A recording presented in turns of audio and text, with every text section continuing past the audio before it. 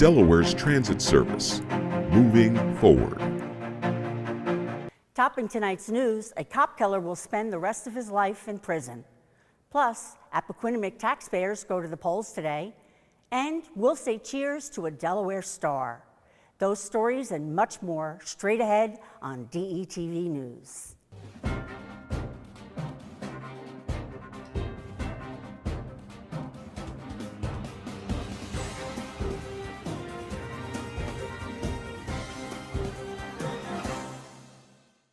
Welcome to DETV News. I'm Pati Nash. Lauren and Matt have the night off.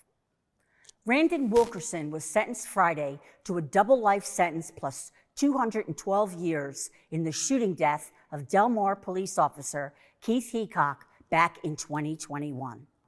He was found guilty in October on numerous charges, including first-degree murder. Officer Heacock, a 22-year veteran of the Delaware Police Department, was attacked by Wilkerson when responding to a report of a domestic fight in April 2021. He clung to life for several days before succumbing to his injuries. Wilkerson will be returned to the Sussex Correctional Institute to begin his sentence. Dover police are investigating a carjacking that occurred Saturday evening at Hollywood Diner.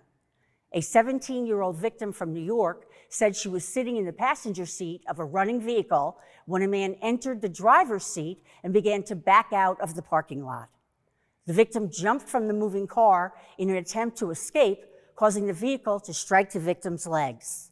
She was treated for minor injuries at Bay Health Kent campus. The car was found unoccupied at an apartment complex in Dover shortly after the incident. Delaware State Police arrested 3 Delaware teens, ages 13, 14, and 15 years old, for a robbery that occurred earlier this month at the Christiana Mall, the law enforcement agency announced Tuesday.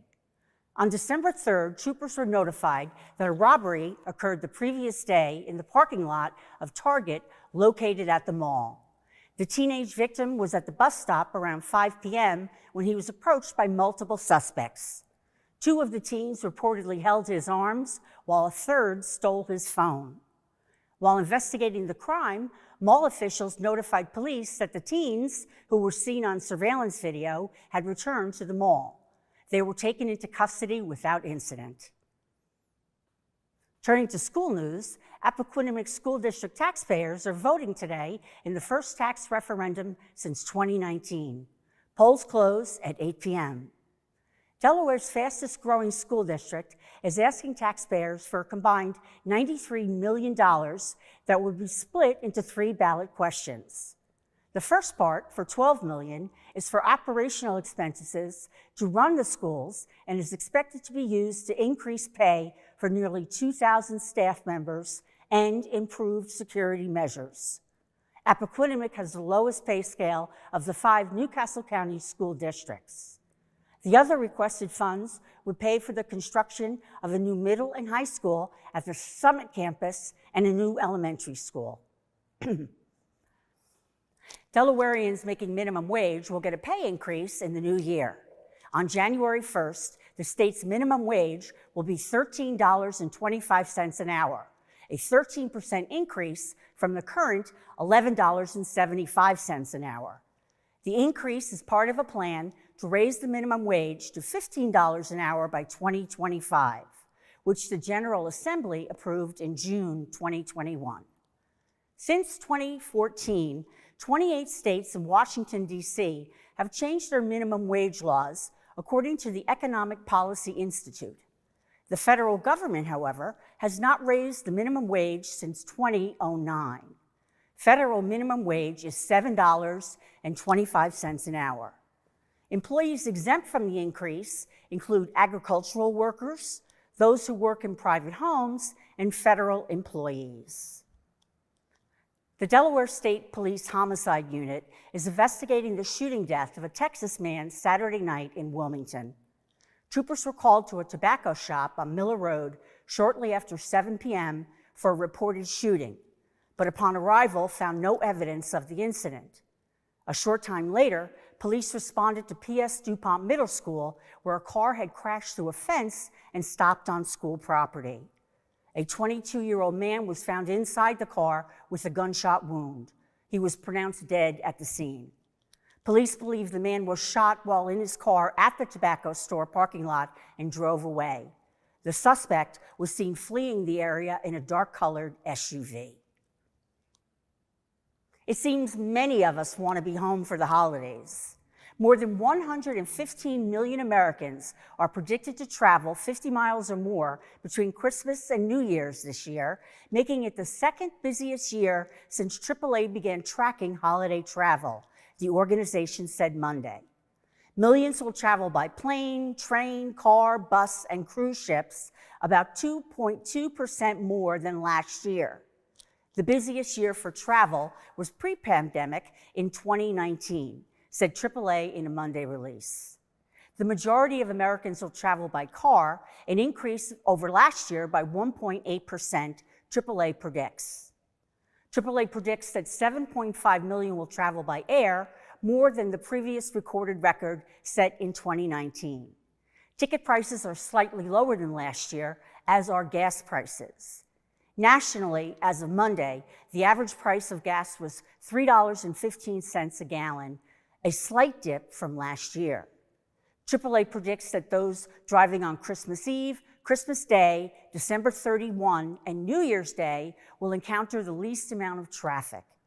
December 23 is predicted to be the heaviest day on the roads. AAA suggests drivers leave for their destinations before 10 a.m. and after 7 p.m.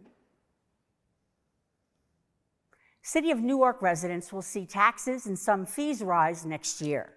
Newark City Council members passed a 7.5% property tax increase last month, the third tax rate increase in 3 straight years. Monday night, the Newark City Council finished their budget process by confirming increases to water and sewer rates as well.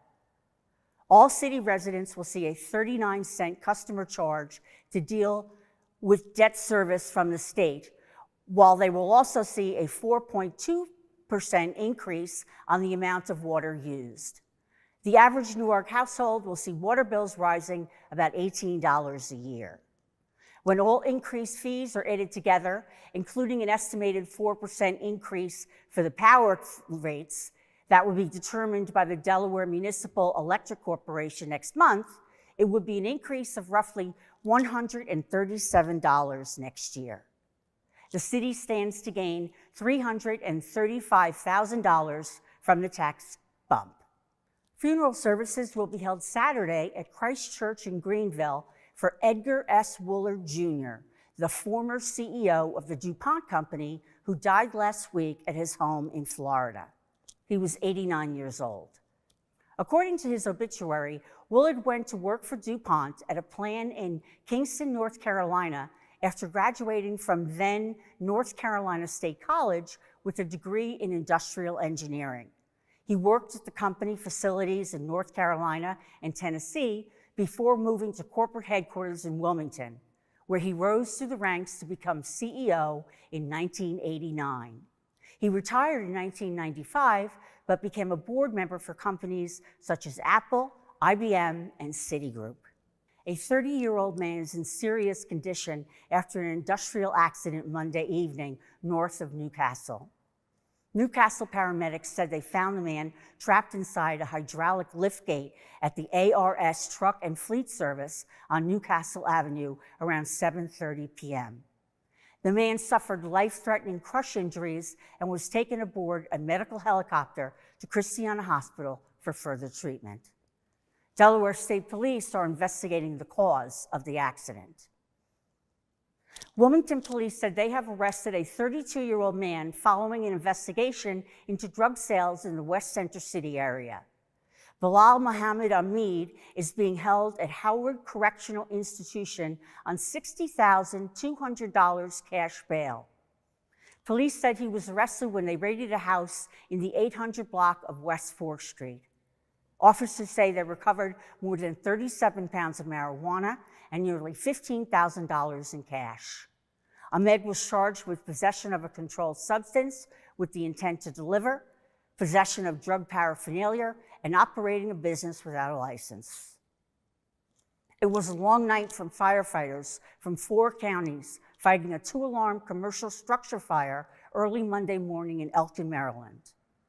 The alarm came in shortly after 1 a.m. at the Tiffin Mats in the Triumph Industrial Park off Blue Ball Road.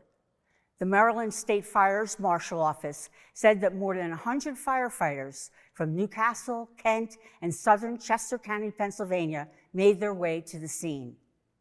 Firefighters fought the blaze for 7 hours. No injuries were reported, but the building is considered a total loss.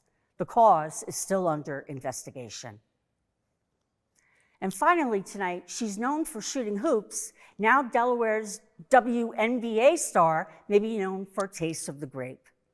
Elena Delle Donne, forward for the Washington Mystics, has launched Del Don Wines in a charity collaboration with First State Roots. Proceeds from the first wine, a 2021 Del Don Wilmette Valley Pinot Noir, will benefit her namesake foundation, which supports Lyme disease research, and the DD Entrepreneurial Foundation, which provides startup capital to support women's businesses. The Del Don wine retails for $49 and is available online exclusively at the address on your screen. We say cheers to Delle Donne. That's all for this edition of DETV News. Be sure to follow us across all our social media platforms. And for a look at what's happening all around Delaware, take a look at our website at detvch.com. With DETV, I'm Pati Nash. See you next time.